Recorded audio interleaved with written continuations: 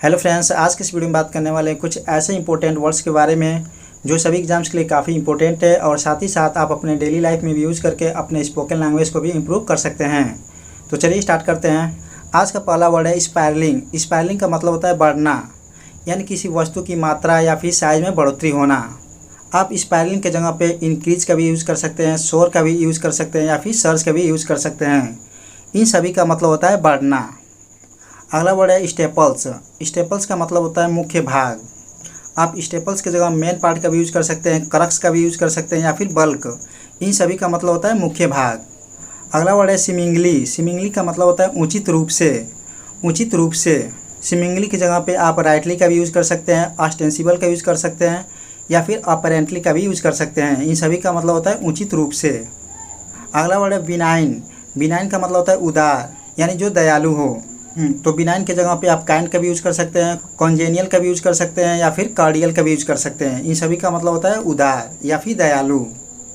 अगला वर्ड है dump. Dump का मतलब होता है डाल देना या फिर फेंक देना। डंप के जगह आप थ्रो का भी यूज़ कर सकते हैं, डिस्कार्ड का भी यूज़ कर सकते हैं या फिर स्क्रैप का भी यूज़ कर सकते हैं। इन सभी का मतलब होता है डाल देना या फिर फेंक देना। अगला वर्ड है अनरिम्यूनरेटिव। अनरिम्यूनरेटिव का मतलब होता है अलाभकारी, यानी कि यूजलेस या फिर कह सकते हैं बेकार, जो प्रॉफिटेबल ना हो। ठीक है, अलाभकारी के लिए आप अनप्रॉफिटेबल का भी यूज़ कर सकते हैं, फ्यूटाइल का भी यूज़ कर सकते हैं या फिर यूजलेस का भी यूज़ कर सकते हैं। इन सभी का मतलब होता है अलाभकारी। अगला वर्ड है पेव। पेव का मतलब होता है मार्ग बनाना या फिर रास्ता बनाना। आप पेव के जगह गाइड का भी यूज़ कर सकते हैं, फैसिलिटेट का भी यूज़ कर सकते हैं, ईज का भी यूज़ कर सकते हैं। इन सभी का मतलब होता है मार्ग बनाना या फिर रास्ता बनाना। अगला वर्ड है स्पेशियल। स्पेशल का मतलब होता है स्थानिक। स्पेशल की जगह आप रीजनल का भी यूज़ कर सकते हैं, लोकल का भी यूज़ कर सकते हैं, कंटिगुअस का भी यूज़ कर सकते हैं। इन सभी का मतलब होता है स्थानिक, यानी जो पास में हो, जिसे हम लोकल कहते हैं। ठीक है।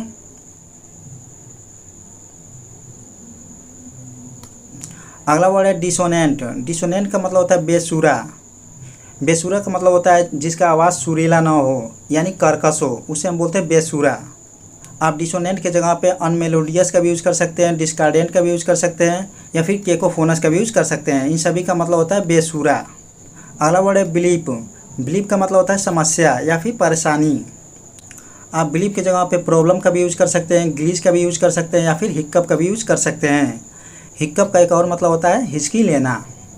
अगला वर्ड है डिटाइटस। डिटाइटस का मतलब होता है टुकड़े। टाइटस की जगह पे आप डेब्रिस का भी यूज़ कर सकते हैं, ड्रेक्स का भी यूज़ कर सकते हैं। इन सभी का मतलब होता है टुकड़े। अगला वर्ड है सीटाडेल। सीटाडेल का मतलब होता है गढ़ या फिर कह सकते हैं फोर्ट। जो किला होते हैं उसे हम बोलते हैं सीटाडेल। सीटाडेल सीटाडेल के जगह पे आप फोर्ट का भी यूज़ कर सकते हैं, स्ट्रॉन्ग होल्ड का भी यूज़ कर सकते हैं या फिर डोंजन का भी यूज़ कर सकते हैं। इन सभी का मतलब होता है गढ़। अगला वर्ड है कंस्ट्रू। कंस्ट्रू का मतलब होता है अर्थ करना या फिर अर्थ निकालना। कंस्ट्रू के जगह पे आप अंडरस्टैंड का भी यूज़ कर सकते हैं, डेसिफर का भी यूज़ कर सकते हैं या फिर इंटरप्रेट का भी यूज़ कर सकते हैं। इन सभी का मतलब होता है अर्थ करना या फिर अर्थ निकालना। अगला वर्ड है हैंकर। हैंकर का मतलब होता है ललायित होना। ललायित होना। आप हैंकर के जगह पे डिजायर का भी यूज़ कर सकते हैं, यर्न का भी यूज़ कर सकते हैं या फिर क्रेव। इन सभी का मतलब होता है ललायित होना।